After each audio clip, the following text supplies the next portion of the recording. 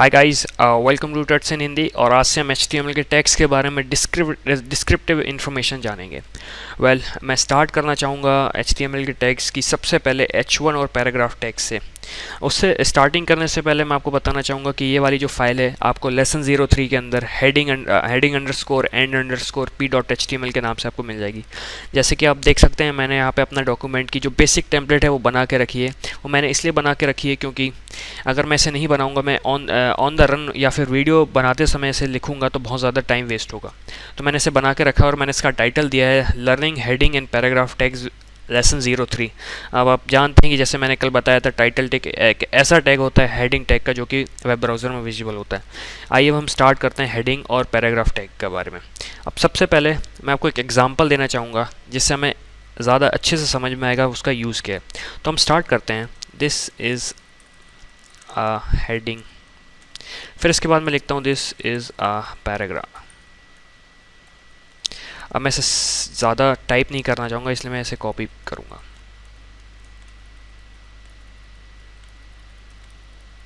तो आप देख सकते हैं कि अगर आप विजुअली इसे देखेंगे तो आपको थोड़ा सा लग रहा होगा कि ये पहला सबसे पहले जो लिखा है दिस इज़ अ हेडिंग, फिर उसके बाद मैंने लाइन का गैप दिया, फिर उसके बाद मैंने दिस इज़ अ पैराग्राफ लिखा है।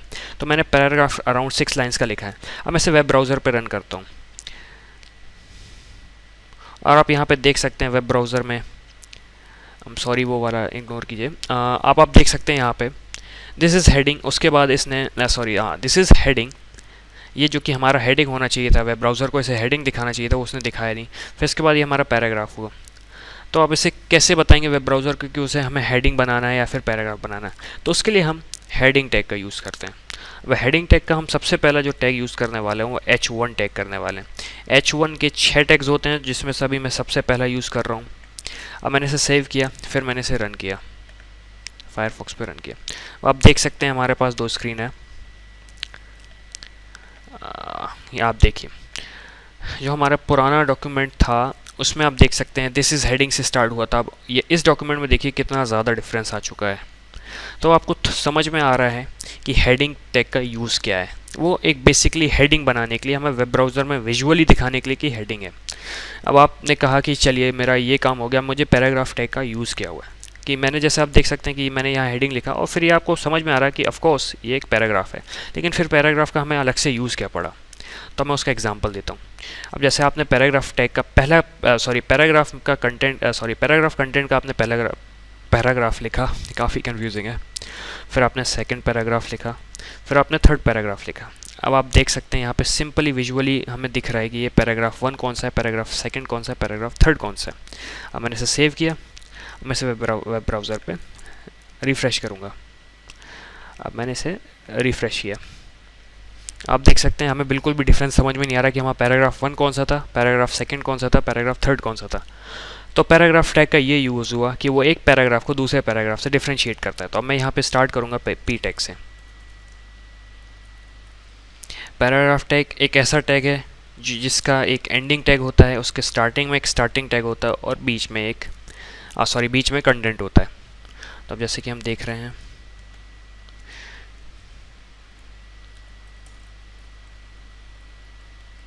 अब मैंने इसे सेव किया, अब मैं इसे रिफ़्रेश करूँगा वेब ब्राउज़र में। अब आपको विजुअली समझ में आ रहा है कि हमारा पैराग्राफ 1 कौन सा है, पैराग्राफ 2 कौन सा है, पैराग्राफ 3 कौन सा है। अब मेरे पास टाइम कम है, इसलिए मैं हेडिंग में जंप करना चाहता हूँ, हेडिंग 1 से लेके हेडिंग 6 तक। H1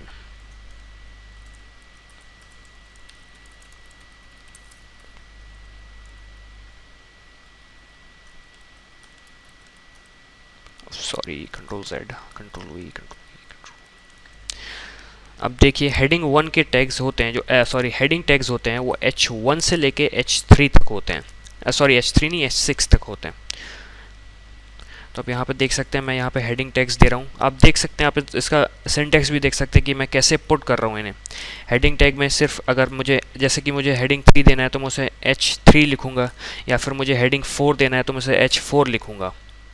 मैं इसके बीच में कंटेंट डाल रहा हूँ जिससे आपको ये समझ में आए कि हेडिंग कौन सा वाला है, क्योंकि हमारे वेब ब्राउज़र पे हमें टैग्स नहीं दिखते हैं। टैग्स हमें सिर्फ HTML फाइल पे दिखते हैं जो कि हमने इसे नोटपैड++ में खोल के रखी है।